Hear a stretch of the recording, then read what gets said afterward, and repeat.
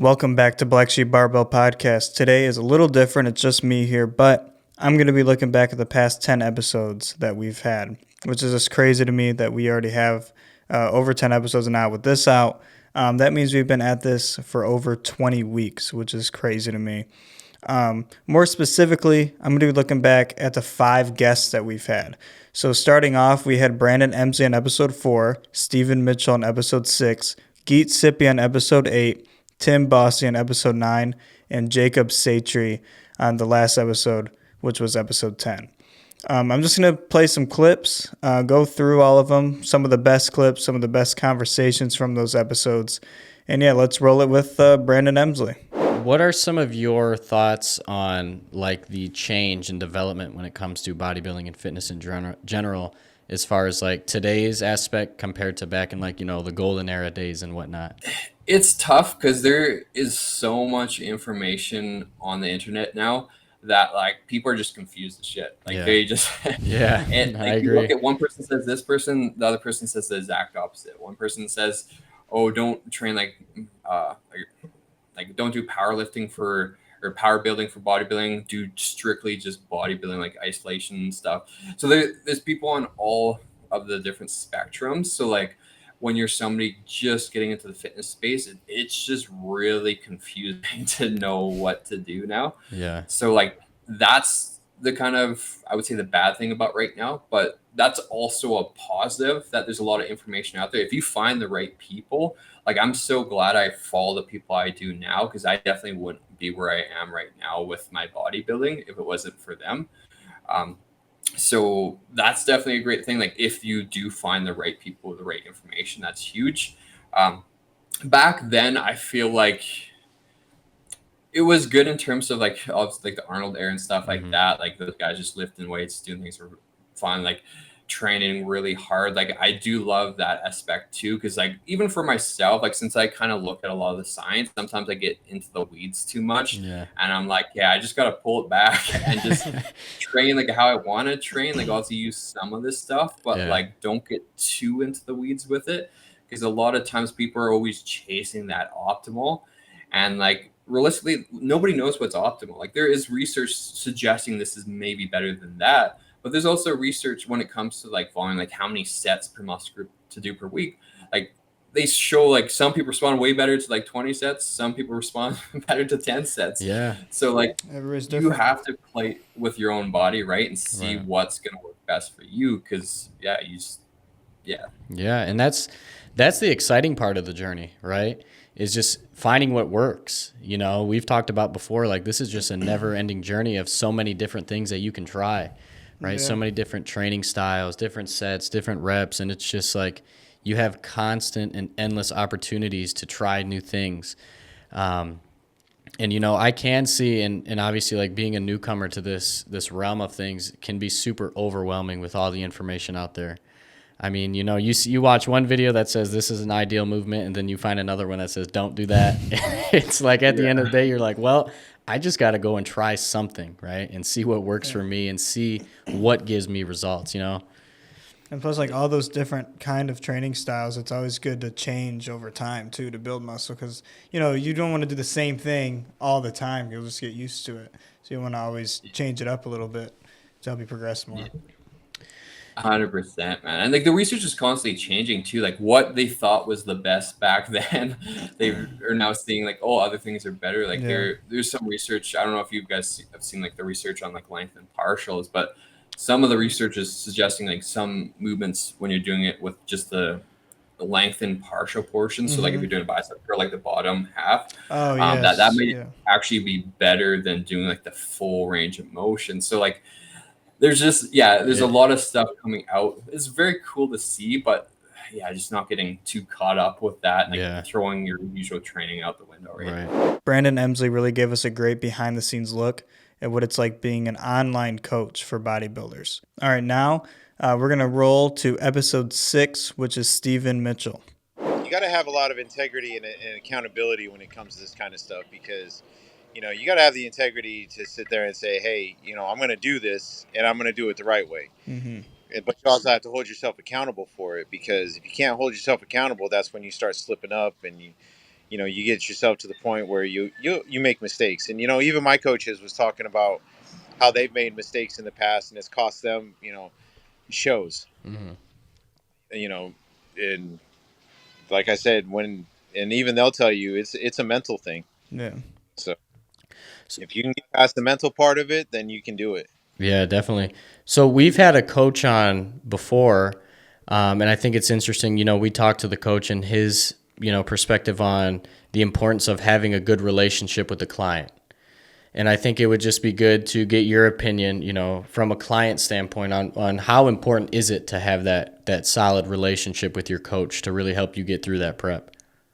You got to have it. I mean, 100%. You have to have, and you got to be able to trust your coaches as well too.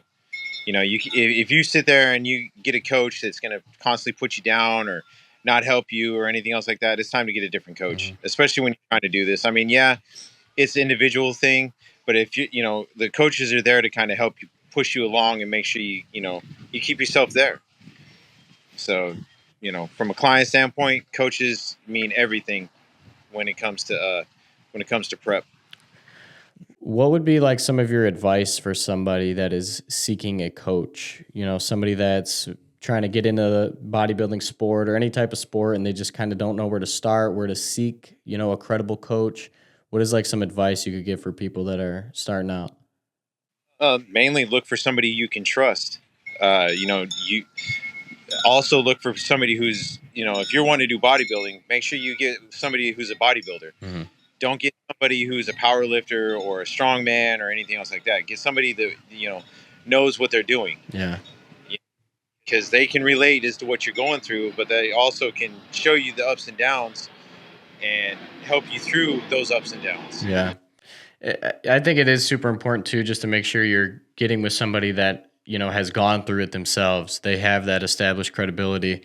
I've had friends and family members before that have, got a workout program or a diet from somebody. And I'm like, who is this person? I'll do a little investigating and I see the plan. I'm like, this is like super bland, like super basic. Like just looks like it's pulled off of Google, or you see that person that is providing them with this material and it's just, you can tell right off the rip, like, yeah, I don't know if they're that trustworthy. And no, you got to be able to trust your coaches. I can't emphasize that enough. And I absolutely love the coaches I have. The one coach I mainly deal with, yeah, he did classic physique. I was doing men's physique, but the main coach has done men's physique, so he was able to help me with like posing and things like that. So I mean, they knew exactly what I needed and they worked with me. We had a great conversation with Stephen Mitchell, and with his military background, him and Devin really had a lot in common. And plus, Stephen just completed his first show, which congrats to him again. That's such an amazing accomplishment.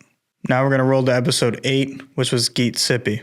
Yeah, you don't got to be super strict. Once in a while, have something that you want. I mean, you don't want to. You don't want to live, kind of torturing yourself to where you're like, I can never have this. But it's like, have it in moderation. If you've gone a couple weeks eating pretty clean or whatever, treat yourself. Like at the end of the day, you're a human being as well. It just don't. I do that. Yeah. Yeah. I do that. Sometimes I feel like, okay, if I achieve something, okay, let's say like if I was thinking like I hit this weight today, right? If I achieve something, I treat myself, right? Yeah. So it's once in a while you can do that. Yeah. You don't have to like be really strict.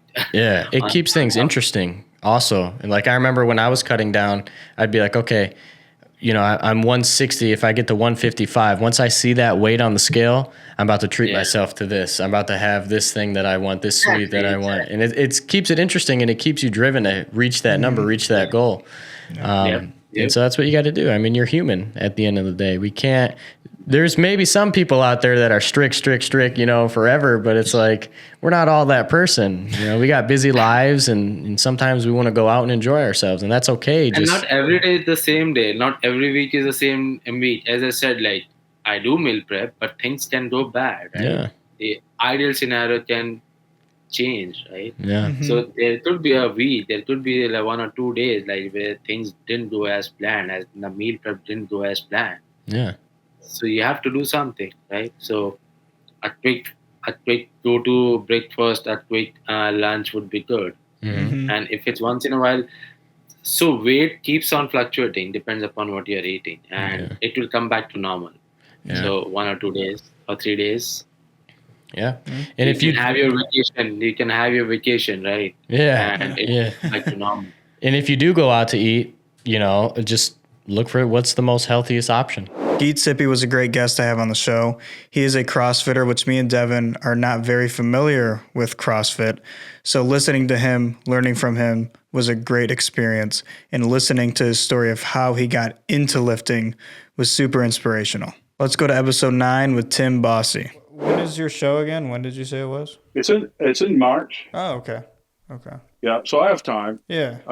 But it's going to be in March, and then I'm going to do one right after that in April. So when I first competed last year, that was my first show, bodybuilding show. I went with the mindset of I'm just going to do it. Yeah. I wasn't 3% body fat. I was probably hanging right around 10. But I knew if I didn't do it, I wouldn't. Yeah. And my family was supporting me. Everyone was supporting me, saying, "Oh yeah, it's going to be great. Let's go do it." And so I went. And now that I've done that, now I got it out of my system. Now I know what it's like. It's like I'm going to first. Yeah.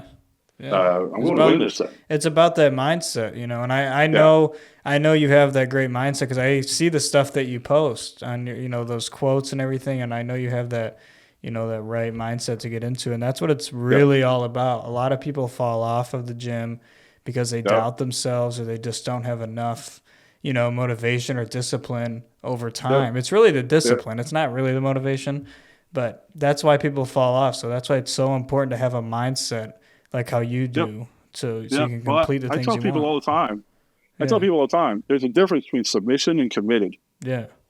You can be committed to something for a while. And then when it gets hard or, you don't feel like it, you can make it an excuse not to go do it. But if you submit to something, you've given into it. Yeah. And regardless of how you feel or regardless of what's going on, you're going to go do it. Yeah.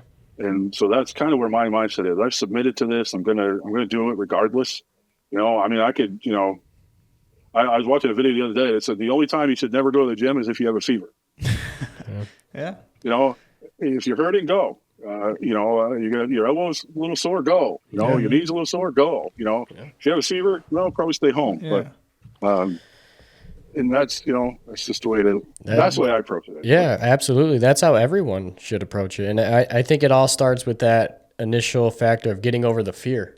Yeah. Right. I mean, fear holds us back from so much because we start doubting ourselves and questioning, can I do this?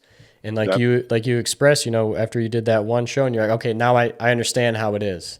I get it. I know how to prepare. I know what it's going to be like. And that's why I always try to encourage somebody, like, just throw yourself out there. If there's something you want to do, go for it, head on. Yeah. You're never going to know, and I would much rather fail at something than live a life of regret. Exactly. Yeah. I'd rather fail, many times over than to live a life that said, well, I never really did it. Yeah, absolutely. I remember a training session I had with my coach last year, and we did arms, and he kept telling me, oh, you're going to be in for it. You're going to be in for it. You're going to be in for it. And I'm like, good, bring it on. Let's go. I left there and my arms, I felt like I didn't know if they still patched or not. But and he lives about 2 hours away from me. But about an hour down the road, I called him up and said, hey, let's do this again. Let's do it again. There's just something about pushing your body to the very point where it says, no more. But you tell it a little bit more. Yeah. Definitely. That's how you make progress. A little bit more. Yeah. You got to take it past that pain. You got to take it past that failure and just give it all you got. Then you've done it. Tim Bossy was awesome to have on the show. Me and Devin had a lot in common with him. We had a great conversation with him, and I know he's prepping for his show soon. So good luck to you, Tim. And now let's go to episode 10 with Jacob Satry. There's so much to be gained just by putting yourself out there and being uncomfortable.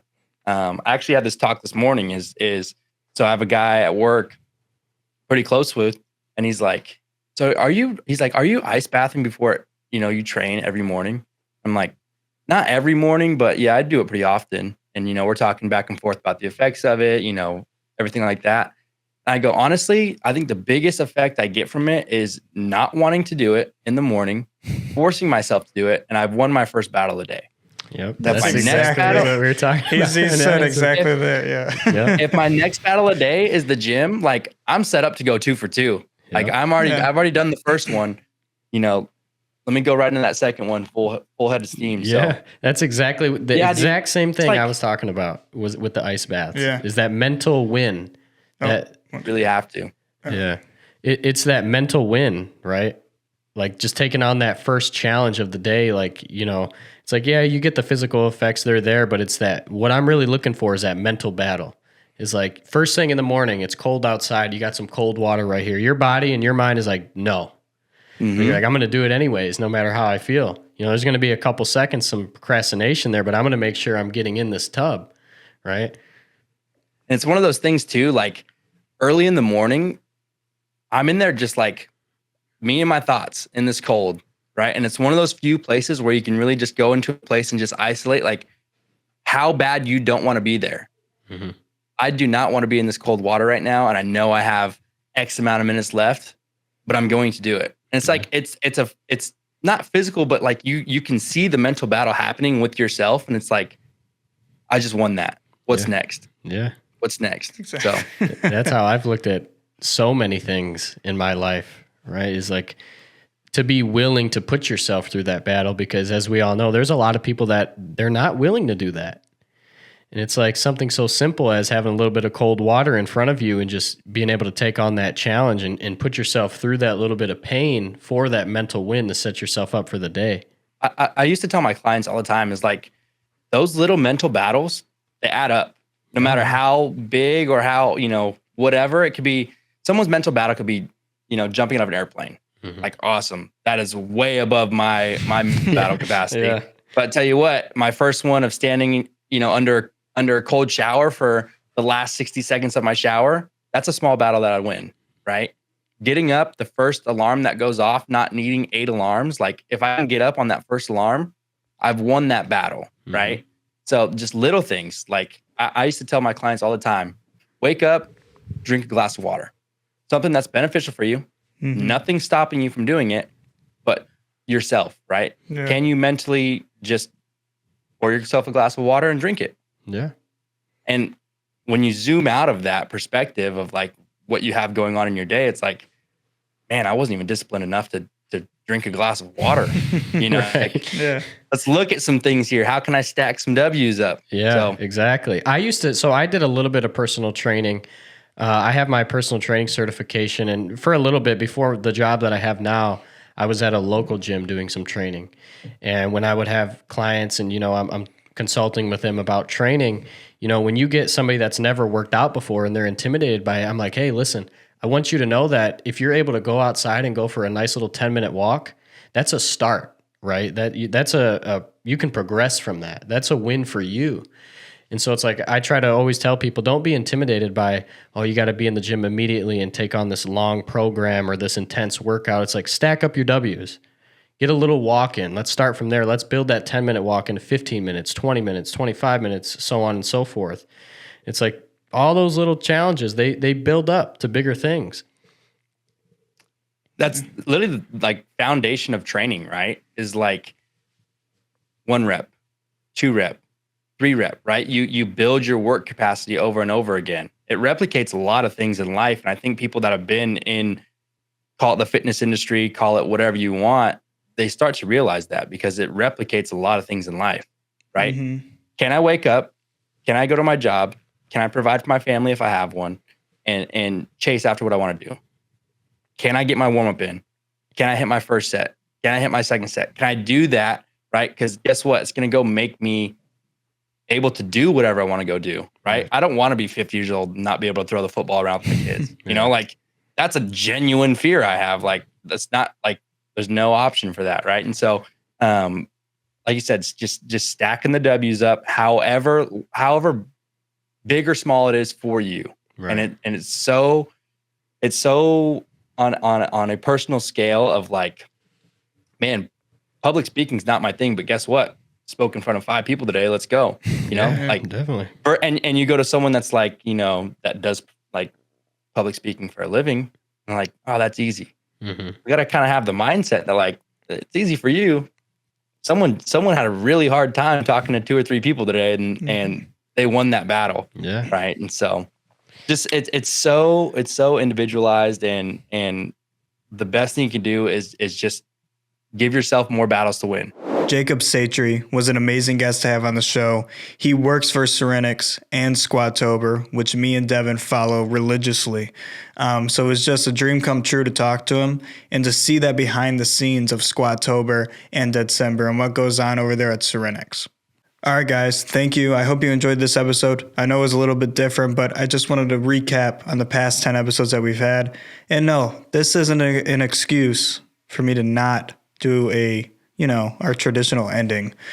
I got Diablo right here. So, man, it's late. It's a work night. Who cares? Who cares? Come on. It's Diablo. I know I'm on the wrong side of the room. Forget about it. Oh, fuck. So the first 2 weren't that bad, but the third one was horrible. Oh, shit.